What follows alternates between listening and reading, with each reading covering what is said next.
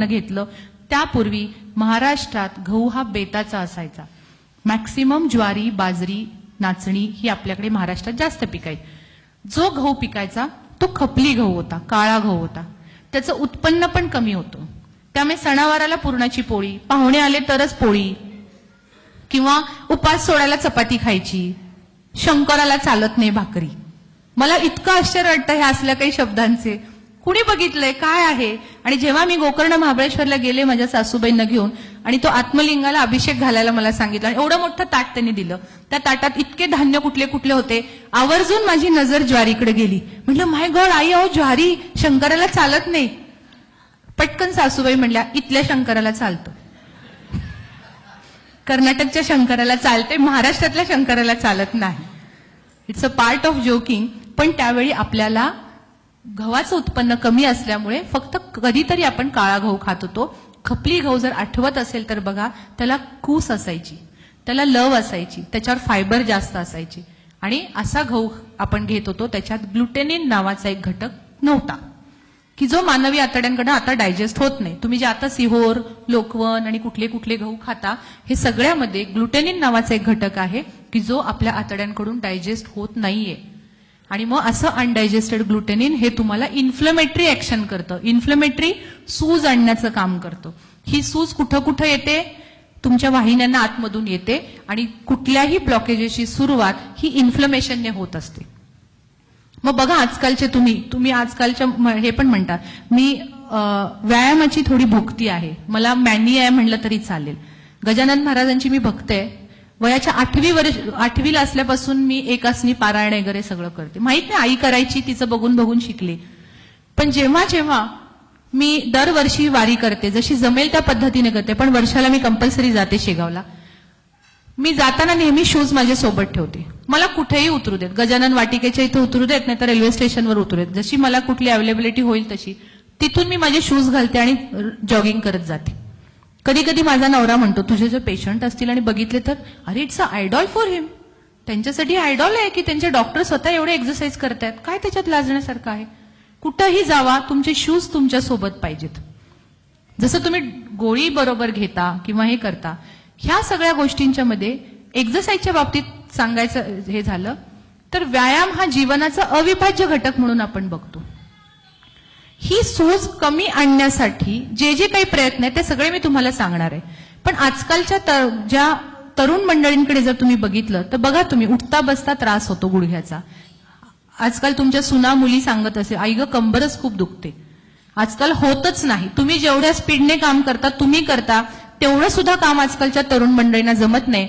मी एक्सरसाइजला सकाळी सकाळी जेव्हा निघाले होते, एका ठिकाणी मला आठवते अशा मिडल एजच्या महिला होत्या आणि त्यांच्या चर्चा चालली, कशाच्या आजकालच्या पोरी आलेत, आजकालच्या तरण्या झालेत बरण्या आणि म्हाताऱ्या झालेत हरण्या.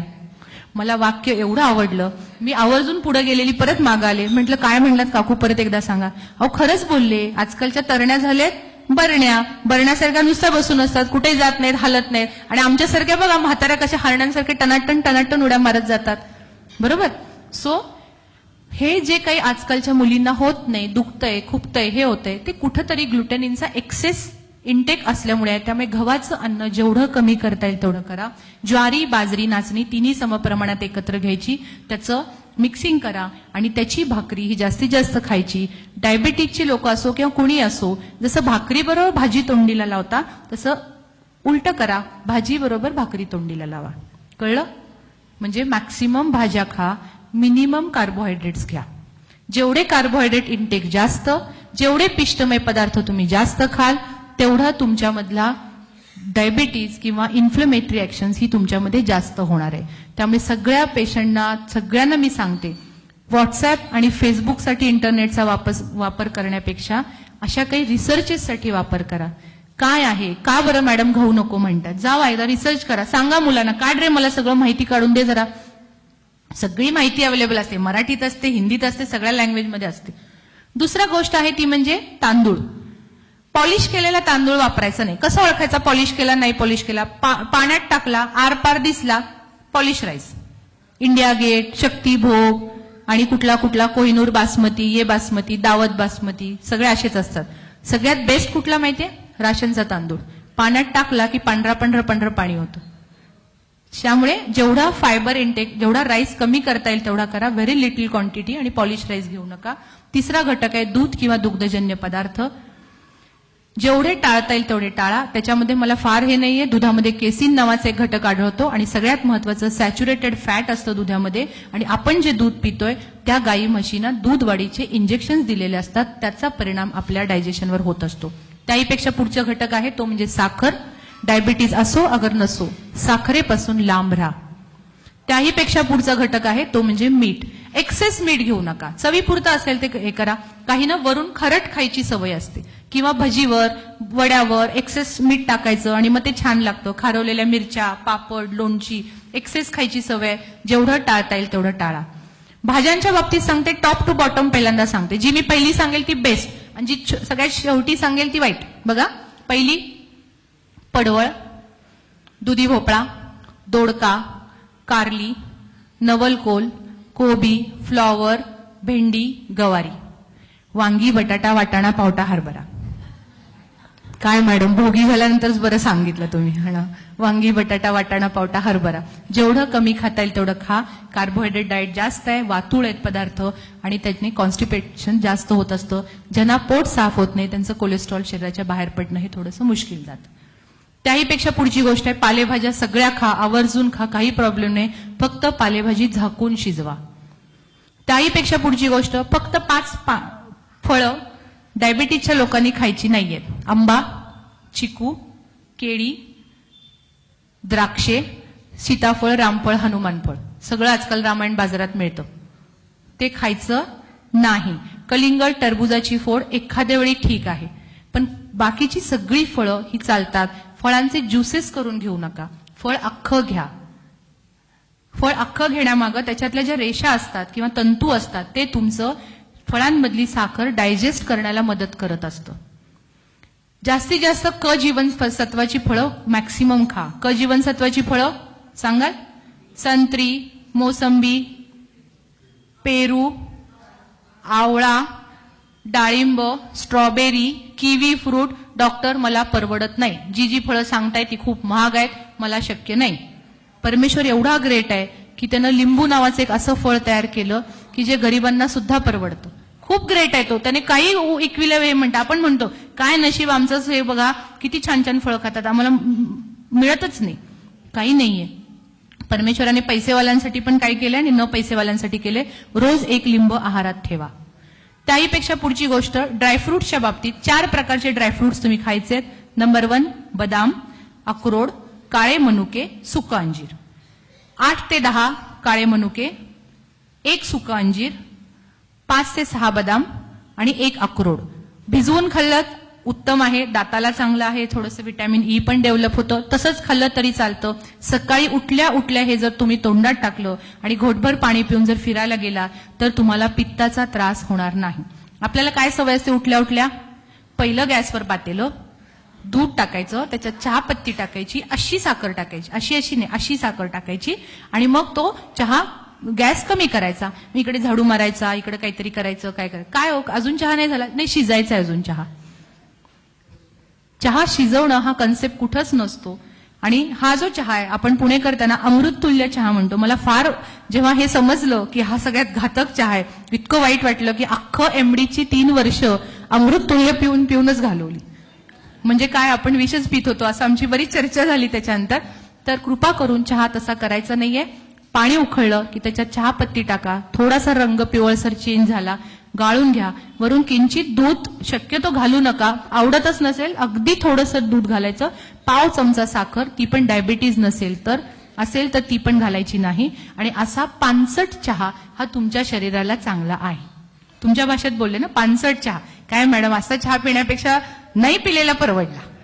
उत्तम, काही नाही, उलट चांगलं वाक्य तुम्ही बोलता. मी हेच मला अपेक्षित आहे, नाहीतर उत्तम. पण शक्यतो हे घेऊ नका, त्रासदायक ठरेल तुम्हाला.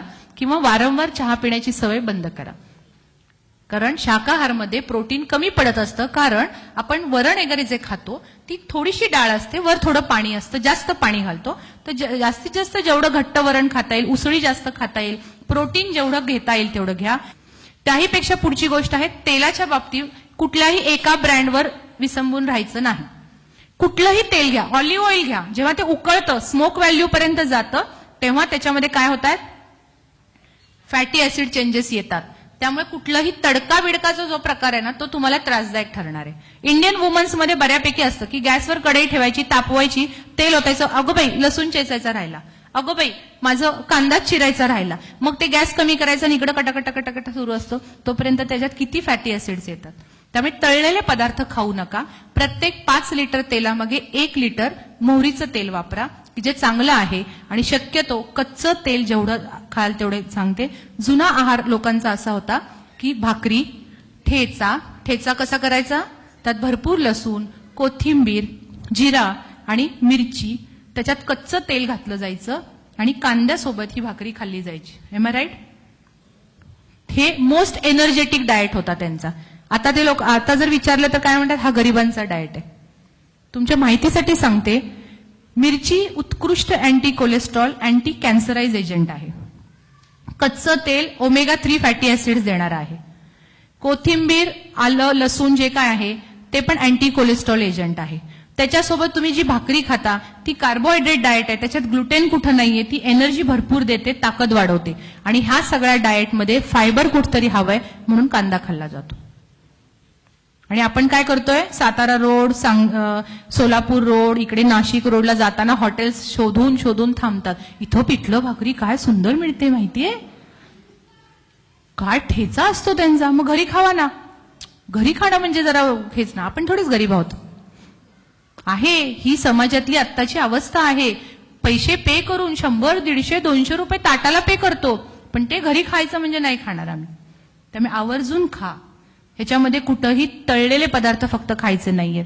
त्याहीपेक्षा पुढची महत्वाची गोष्ट आहे ती म्हणजे व्यसनांपासून लांब राहा. डॉक्टर अर्निश नावाचे एक सायंटिस्ट होते अमेरिकेचे. त्यांनी प्रिव्हेंटिव्ह कार्डिओलॉजीमध्ये बऱ्यापैकी खूप काम केलं. त्यांची एक स्टोरी मी तुम्हाला शेअर करायची. MBBSच्या पहिल्या वर्षाला असताना त्यांना अचानक खूप डिप्रेशन आलं. त्या डिप्रेशनमधून बाहेर काढण्यासाठी त्यांच्या बहिणीने त्यांना मदत केली. त्यावेळी तिथे अमेरिकेत एक इंडियन योग थेरपिस्ट असायचे. ते इंडियन योग थेरपिस्टकडे तिने सांगितलं की मी जाते, मला बराच फरक पडलेला आहे, तू पण चल, तुझं डिप्रेशन कमी येतंय का बघू. आणि ते तिथं जायला लागले आणि हळूहळू त्या डिप्रेशनमधनं बाहेर आले. नंतर त्यांनी त्यांचं MBBS पूर्ण केलं आणि त्या व्यक्तीचा हार्ट पेशंटकडे थोडासा जास्त कल वाढला. खूप रिसर्च केल्यानंतर एका मासिकात त्यांनी त्यांचं एक स्टेटमेंट डिक्लेअर केलं आणि त्या स्टेटमेंटला ऑर्निशचं तत्व असं नावाचं एक हे दिलं गेलं. त्या ऑर्निशच्या तत्वामध्ये काय होतं, सगळ्यात पहिलं तत्व, शाकाहार प्रेफर करा. जेवढा फायबर इनटेक वाढवाल तेवढा जास्तीत जास्त